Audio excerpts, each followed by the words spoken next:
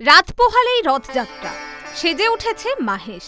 শ্রীরামপুরের মাহেশের রথ জগৎ বিখ্যাত। শ্রীচৈতন্য মহাপ্রভু থেকে ঠাকুর শ্রীরামকৃষ্ণ এসেছেন এই রথে। সাধক ধ্রুবানন্দ ব্রহ্মচারী যে উৎসবের সূচনা করেছিলেন, এবার সেই রথ ৬২৯ বছরের উৎসব পালন করবে। তার প্রস্তুতি পর্ব চূড়ান্ত পর্যায়ে। মার্টিন বার্ন কোম্পানির তৈরি লোহার রথ টানা হবে কাল বিকালে তিথি মেনে। তার আগে সকাল থেকে জগন্নাথ মন্দিরে চলবে পুজো পাঠ। জগন্নাথ গর্ভগৃহ থেকে বেরিয়ে এসে ভক্তদের দর্শন দেবেন সকাল ৮টায়। রীতি অনুযায়ী স্নানযাত্রা উৎসবের পর জগন্নাথের ধুম জ্বর আসে।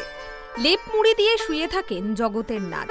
সেই সময়কালে গর্ভগৃহের দরজা বন্ধ থাকে, ভক্তদের দেখা দেন না জগন্নাথ। এই সময়কে বলা হয় অনবসর।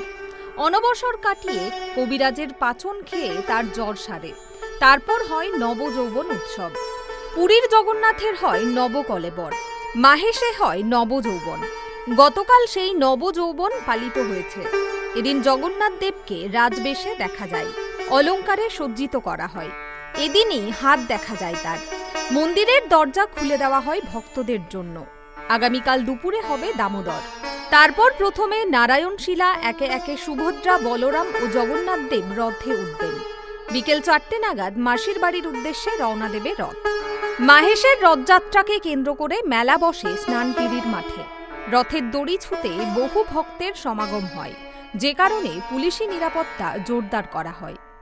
৫টার সময় আমাদের মঙ্গলারতি হবে। তারপরে আমাদের মঙ্গলারতি হয়ে যাবার পর সকাল ৮টার সময় প্রভু ভোগ খেয়ে উনি বাইরের চাতালে, উনি এতটাই কৃপালু যে উনি নিজের গর্ভগৃহ থেকে, নিজের বেদি থেকে উনি নিজে আপনাদেরকে দর্শন দেওয়ার জন্য উনি বাইরের চাতালে উনি বেরোন, এবং ইনি এতটাই কৃপালু উনি নিজে যাচ্ছেন রথের ওপর। তাই জন্যই রথযাত্রা, এই যাত্রা মানে বলা হয় জগন্নাথ দেব যখন নিজে বাইরে আপনাদেরকে দর্শন দেবেন, তাই জন্যই এই যাত্রা।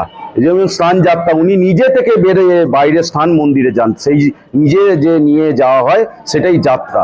সেই জন্য আপনারা সকলে মিলে আসবেন। আগামী ২৭শে জুন আমাদের এই ঐতিহাসিক শ্রীপাঠ মাহেশের রথযাত্রা উৎসবে আপনারা সামিল হবেন। সকাল ৮টার সময় প্রভুর ভোগ হয়ে যাবে, উনি বাইরের চাতাল থেকে উনি দর্শনে দেবেন। দুপুর ২টোর সময় আমাদের শুভ সূচনা হবে, দামোদর হবে।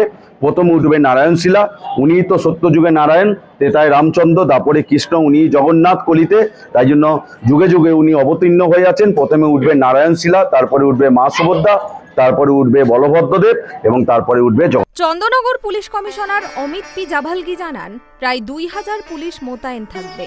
সিসি ক্যামেরা, ড্রোনে চলবে নজরদারি। যে কোনো অপ্রীতিকর ঘটনা আটকাতে সব রকম ব্যবস্থা নেওয়া হয়েছে। যেহেতু মায়ের জগন্নাথ মন্দিরে সকাল থেকে পুজো পাঠ চলবে, জিটি রোডে বড় গাড়ি নিয়ন্ত্রণ করা হবে। দুপুরের পর থেকে নো এন্ট্রি থাকবে।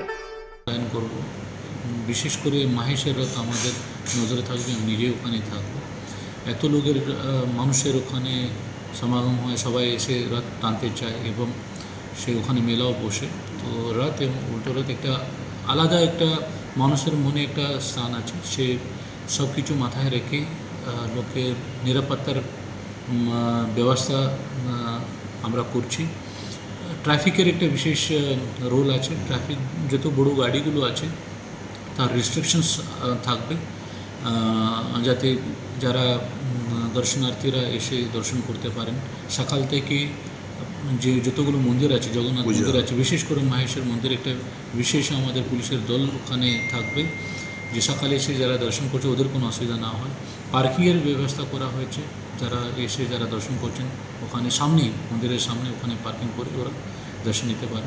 এবং রথ যখন হয় তখন যারা রাস্তায় যারা আছেন তাদের ব্যবস্থা করে, এবং যা সবাই আমি যে পাস্ট ইনসিডেন্টগুলো আছে ওখানে কোনো চুরি না হয় সেই জন্য এটা আমাদের অ্যান্টি ক্রাইম পার্টি থাকবে।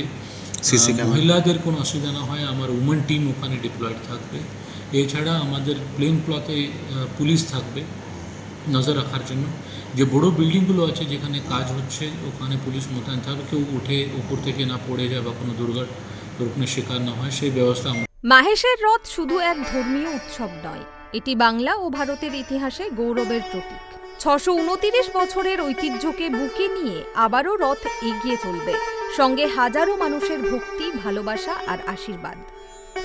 হুগলি থেকে সোমনাথ ঘোষের সঙ্গে অমল চক্রবর্তীর রিপোর্ট, ট্রাইব টিভি বাংলা।